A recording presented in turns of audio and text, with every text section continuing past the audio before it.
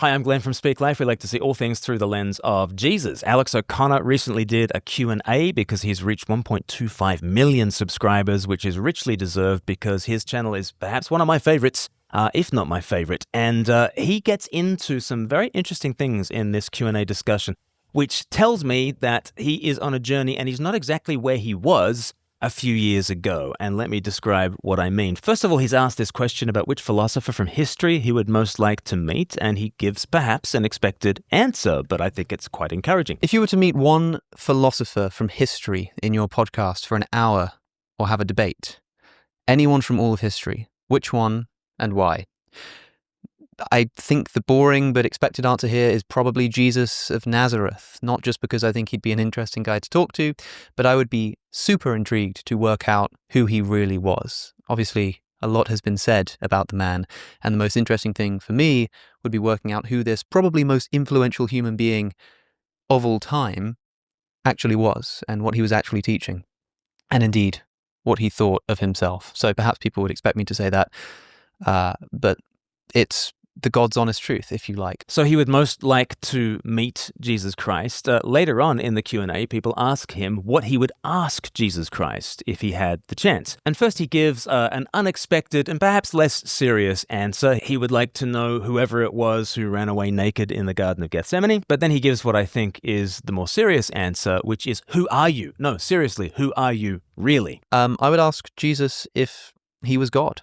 I would ask if he claims himself to be God or not, because the most interesting question to me that jumps out of the Gospels is, who does Jesus think that he is? He thinks he's the Son of Man.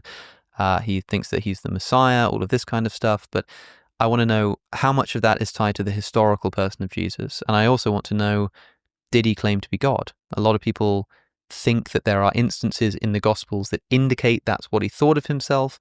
I'm not entirely convinced by that, so I'd want to clear that up. Having admitted that the question of Jesus' identity is like the central question that humanity has been wrestling with, having admitted that Jesus is the most significant figure in history, yeah, it does boil down to that question of who is he? And Alex seems to think that in the Gospels that this is unclear, or that his own teaching within the Gospels is unclear. I don't think that's true within the Gospels. It's not even true in the Synoptic Gospels, let alone in John's Gospel, let alone in the letters of Paul, which predate both the Synoptic Gospels and the Gospel of John.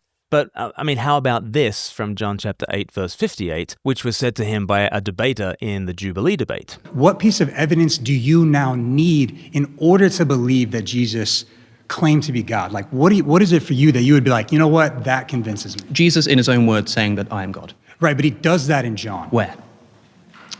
Before Abraham was, I am. Sure, so before Abraham was, I am. For a start, as I've said, it only appears in the Gospel of John. We don't know if the But historical he at least Jesus said it once, and the claim is that he never did. If he actually said that. And look, even if you go with some of the historical Jesus seminar kind of people who really want to strip things back, be incredibly skeptical about the identity of Jesus, he is, in their eyes, simply a preacher of the eschatological kingdom, but he always teaches himself as the king. In all the stories he tells about this eschatological kingdom, who is Jesus in these stories? Well, he is the king, he is the judge, he is the one who is wrapping up history as we know it in that eschatological sense.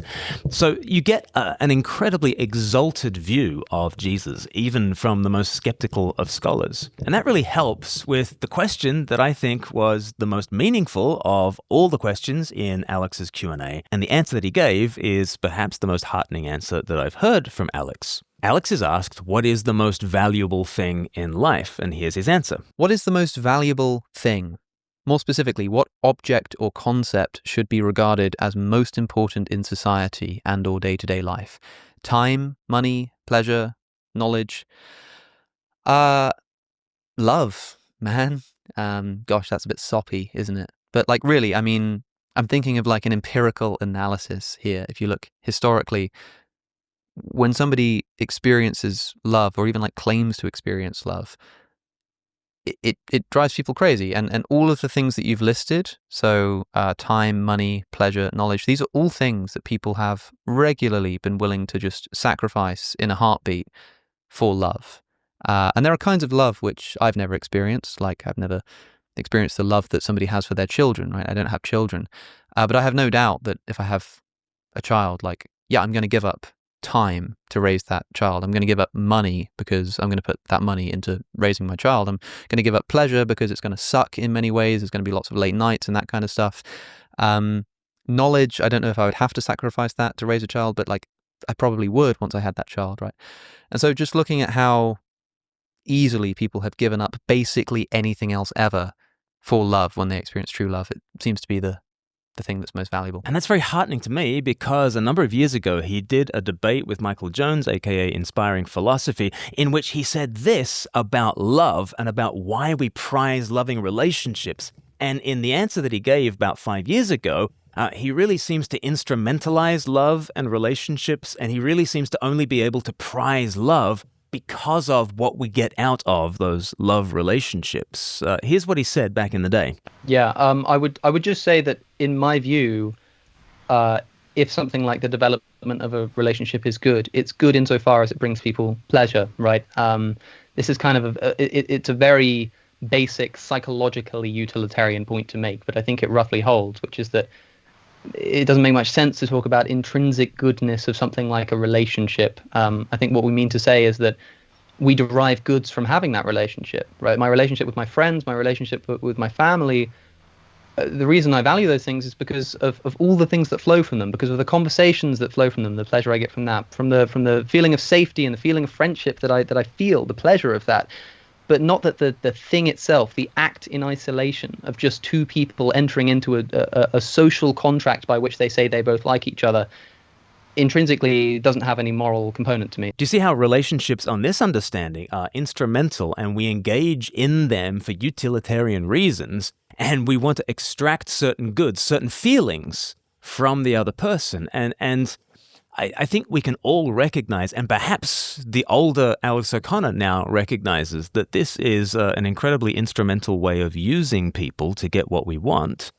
And however much you might dress up that kind of language, it is utilitarian, it is pragmatic, it is instrumentalizing, it is using people. And in 2025, Alex wants to say, no, love is the greatest thing. Love is greater than happiness because you sacrifice happiness for love. Love is greater than even knowledge because, you know, if you're going to have kids, you're going to get baby brain, aren't you? And you'll sacrifice that. Love is greater than money because we sacrifice money for love. We sacrifice health for love. We sacrifice ourselves, our very lives for love. Love is the greatest thing. And I guess my only question is then, do we have a metaphysic that allows for that kind of deepest intuition? We all have the intuition. We all feel the strength of that intuition, but what is it that grounds it and makes it meaningful? Well, I would say the reason why we think love is the greatest thing is because God, the greatest thing, is love. This is the Christian metaphysic that before there was anything, there was love, because there was a Father loving his Son Jesus in the joy of the Holy Spirit.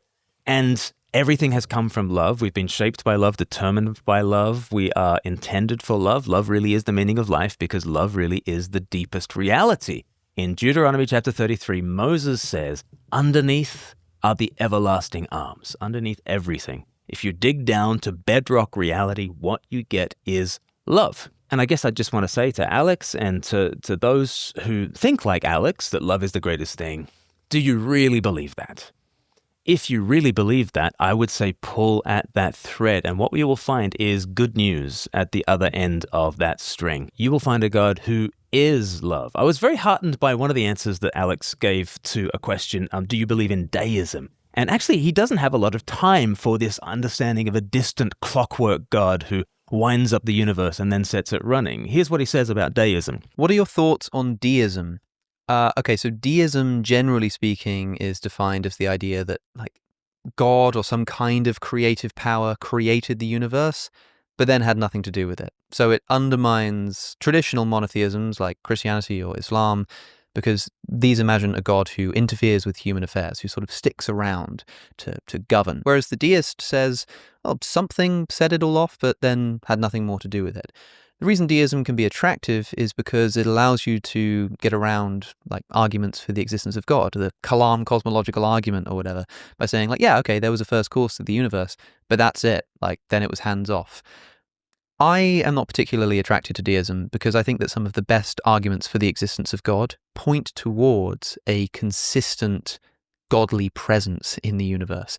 I totally agree with Alex about deism. I don't find that to be a compelling vision for reality, or to have the explanatory power that something like Christian theism has, in which God is love and he is involved intimately in his creation. So intimately that in the Bible's understanding, the Son of the Father, filled with the Spirit, comes and joins us. He becomes our brother to live our life and die our death and rise up again. He takes on everything that is ours, that we might be given everything that is his, and that there might be a profound oneness, a profound union of love between God and ourselves. That is the ultimate love story. That's what Christianity is all about. Deism is this barren vision of a clockwork God, and Alex rejects that. And if you embrace this God, the God of Christianity, the God of Jesus, then here are 6 things, right, that I think you can then say. You can, first of all, say that love is ultimate because God is love and he is ultimate.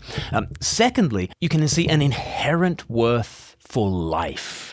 That was something else that was spoken about in this debate between Michael Jones and Alex O'Connor back in the day. Michael Jones was saying that it's worth all the suffering in the world because life is worth it. And he tried to make this argument that, the Amazon rainforest, just its very existence, I know there's an ecosystem and I know that there's death and predation that's going on in there, but life is worth it, isn't it? And certainly Alex from 5 years ago did not agree. He did not think that life is worth it because of the pain and suffering. Here's what he said. The reason why I think it's worth keeping the rainforest is because if we get rid of the rainforest, it will cause ecological disaster that will cause more animals to suffer than if we kept it. If that weren't the case, if it were really the case that if we just tore down the rainforest, it wouldn't produce more evil, wouldn't produce more suffering, more ecological disaster, but the only downside was that we wouldn't have something like the aesthetic beauty of the forest, then I would be on the first plane over there chopping it down with an axe. I wouldn't allow the rainforest to stay up because of its aesthetic beauty if it meant that billions of human beings were dying and suffering as a result. And so I'm certainly not going to allow a rainforest to stay up just for the sake of its aesthetic beauty because a bunch of animals are dying as a result. I absolutely don't think that it has any intrinsic worth outside of the effect that it has on suffering, except for maybe a minimal worth with things like aesthetic beauty, which are nowhere near as important as the suffering that it's inflicting. And besides, I've never seen the rainforest in person, and so kind of I doubt how much the aesthetic beauty of the rainforest or something like that actually should play into a consideration like that. But if the Christian God exists, then life has been justified because the one who is able to make a judgment about whether life is worth living, he came and sacrificed for us. He bore the suffering of the entire world, and Hebrews 12 verse 2 says, for the joy set before him, he endured that pain. Apparently, it's worth it. Even the suffering of the cross, even the suffering of all the world that's burned down on Jesus to a single point on Good Friday, even that is worth it for the joy that is coming. Life has been justified by Jesus, who enters into our life that we might share in his life. And that gives you the grounds for thinking that life has an inherent worth and value and dignity, even if it is a vale of tears, and even if we walk through this valley of shadow. It's worth it. Life is worth it. That's the second intuition that I think it affirms. It affirms love, it affirms life, it affirms consciousness.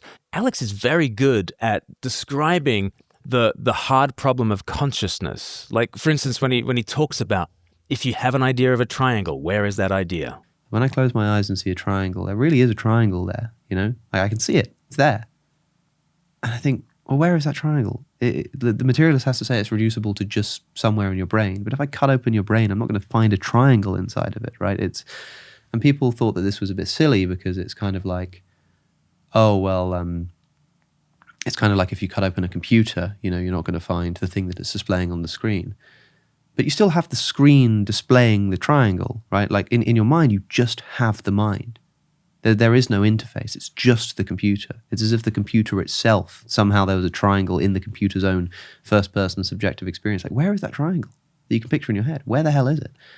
I mean, if it's just in the head, then that's a great mystery, like you say. And that's the simplest mystery of all. I mean, let alone sort of NDEs or weird personal experiences that you might have. I mean, those are a different story altogether. Just reflecting on the nature of being able to see things with your mind. I mean, that's crazy. It seems like mind and matter are very different things. And even though that still leaves unanswered the mind-body problem, it does show you that mind and body are different. Brandon Maguire got into that with Alex O'Connor recently, and I think he brought up a really interesting analogy that Alex quite appreciated. Or would you say because we know that an author's mind can generate a novel, then there's a bridge that's established, so it's equally as likely that a novel would create an author? That's a really great question. I do think it's not, and it functions. I know you're asking a question, but it's kind of an objection because obviously a book can't create an author, but an author can create a book. Mind is like the author, and body and real activity in the world is like the book. And of course, the author comes first and creates the book, just as the mind is primary and then acts out in the body. Alex likes the analogy, but he pushes back. The problem is that analogy, that example, already presupposes the existence of this divide because the author is the thinker. Like he has the idea, or she has the idea, and then they write it down like on paper or they type it up. And so this problem of the idea to paper actually happens between the author, like between the author's mind and the hands that are typing the paper, right? So like, well, the brain or the mind? The mind, and then it's an open question as to whether that's the same thing as the brain or not. Now, I don't think this pushback actually works from Alex. I think he's basically mistaking the analogy for the reality. I think he's basically then wanting to apply the mind-body problem to the author, rather than seeing that the author is an analogy of mind working on book. Just as minds work on bodies, so authors work on books. I think Alex doesn't really answer Brandon's excellent challenge here. I think consciousness is a huge problem for materialists. A problem that's solved by Christian theism that says mind is over matter, mind comes first and then matter, the author and then the book, the triune consciousness and then the world. This God, the Christian God, explains love and life and consciousness. Also rationality. Why should we trust our brains? Alex has really a quite peculiar view of our rational abilities. He thinks we should be emotivists, even about our rationality. He explains this to Konstantin Kisin and Francis Foster on trigonometry. Have a look at this. We are essentially emotive creatures, that things we think are plain, simple, propositional truths are not. People recognize this to some degree. Oh, I was hangry. Oh, you need to sleep on it. They recognize that sometimes, you know, the way that your emotive state is can affect how you're reasoning.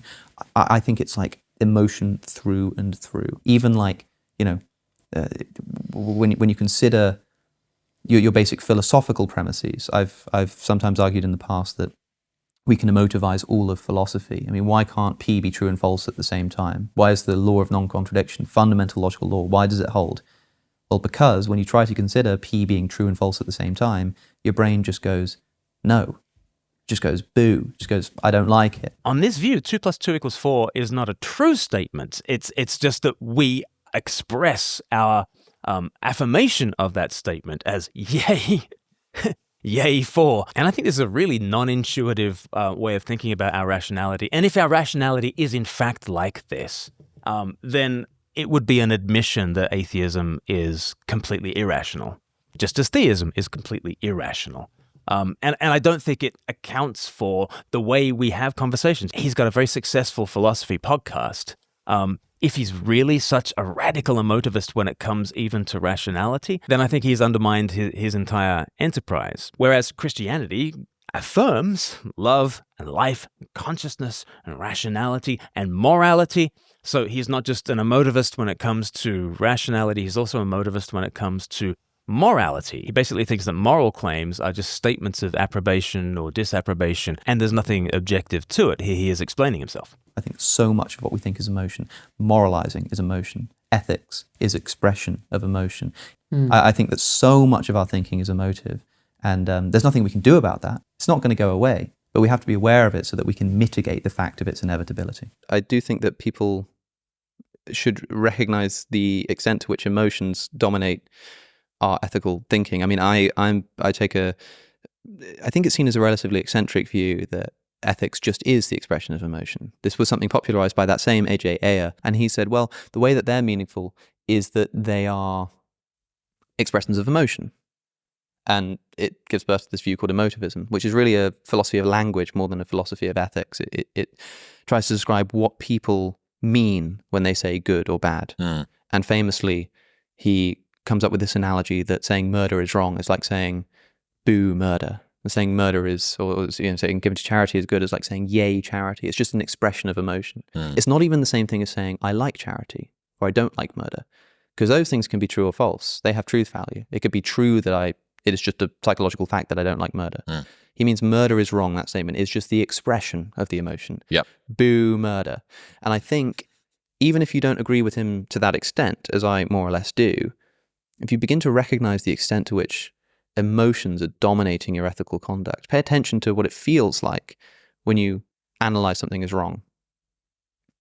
I think it belongs in the same category as, because you've got this sort of emotion. Okay, that's a self-consistent theory of morality. I don't think it's particularly livable, and I see in Alex a lot of admirable moral stances that he takes, which I think undermine his claim to simply be an emotivist. I don't think people in general live as radical emotivists, but if your philosophy drives you to a conclusion that is actually unlivable and that actually is self-refuting in the end, well, probably your presuppositions are wrong and need rethinking. Well, but the God of Jesus, the God of Christianity, is love, and therefore to live in love is to live in God, and God lives in us, as 1 John chapter 4 kind of puts it, that there is a moral realm because we are living in God's universe. There's a grain to the universe, a moral grain to the universe, and that's there. It's just there because God is there. I think Christianity makes sense of love and life and consciousness and rationality and morality and freedom. I think our experience of every day is that we are free.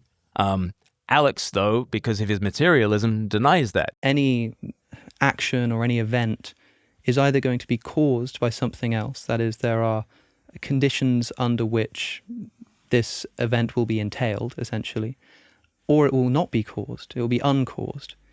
Now, in my view, if something is uncaused, that is, if there's an element of it that there's no reason why it happened, that is essentially a good definition of randomness. It just happens at random if there's no cause for it to happen in that particular way. And randomness isn't something that we're in control of. So there wouldn't be any control or freedom over random events in our brain. But then, or our mind, indeed. But then if the other option being that an event in our mind or a thought that we have is caused by something. Now, even if it's caused by something immaterial, like a soul, it seems a problem to me that there's still going to be this chain of causation. Because if the soul causes a particular brain state or a particular event in the mind, then you need to ask, well, why is it that the soul caused that particular event to arise or to occur? And that itself, that condition of the soul, whatever it was about the soul that brought about this event, will itself be either caused or uncaused. And again, if it's uncaused, it's not in our control. And if it is caused, you end up asking what caused that thing, and you end up with a chain of causation that either terminates in randomness or something outside of ourselves. And so the ultimate causal chain of any particular mind event seems to be something that we're not in control of. And I don't see why having a soul or having an immaterial aspect to us alleviates us of that problem in the same way that it would exist for a material brain. I think it has a good comeback here. You seem to be relying on what is known as event causation. That is to say, it's the view of causation common since Hume. That is to say, if we say the fall of the tree falling down, the tree caused the car to swerve, the correct way to spell this out is the fall of the tree or the sudden appearance of the tree or something like that. It's the event that causes the other event, not the thing. And since Hume, almost all philosophers believe causation is ultimately to be analysed in that way. And of course, if you do take that line, your line of argument comes. But I don't think that's the right account at all. And it wasn't the right account before Hume. Every philosopher, as far as I know, most philosophers assumed that it was things that did causing. Not just persons, but other things as well. The Earth causes the moon to go round it. The sun causes the Earth to go round the moon, and so on. That is to say, and in particular, among the substances that do causing are human beings. We cause things. And if we cause things intentionally, that is to say, we mean to cause things, that chain ends with us meaning to cause things. At least it may do. It's possible that it does end with us. And you're saying, well, that's just random. No, it isn't. There's all the difference between a coin falling heads and tails and me deciding to do something. I initiate this. This is not a random event. I've made it happen. And I am the cause. And therefore, I don't go along with this argument. We certainly don't live like we're determined in the sense that Alex O'Connor says we are. And for a lot of people, that is leading them away from materialism and towards some kind of spiritual beliefs, not necessarily Christianity. But I think Christianity explains love and life and consciousness and rationality and morality and freedom. In other words, it helps you to live rational, sane, free, loving lives in the present. And so I say to Alex and I say to everyone, come home to Jesus, because in Jesus these things really do make sense. Well, this must be about the dozenth video that I've made about Alex O'Connor. We'll have to have a conversation, won't we? I'll keep asking Alex, and Alex, if you've ever got time for a conversation, I'd love to have you on the channel. And we can talk some more about this stuff because, like I say, I love the way you think about these things. I love the clarity with which you express yourself. I love your channel. And I think what you most want to be true, that love is ultimate, is in fact true. And I think that truth is found in Jesus. Now, if you want to explore more about these Christian truths, you can go to 321course.com. It's our free course. You can binge it in a couple of hours, or you can do it over 8 sessions. Just start an account with you. There is no fees. There's no spam. Just get into it and see life according to Jesus. You will not regret it. You will see that love is the ultimate thing, because God, the ultimate thing, is love. Thanks so much for watching. Subscribe to the channel, like it, share it with others, and we'll see you on the next one. Bye-bye.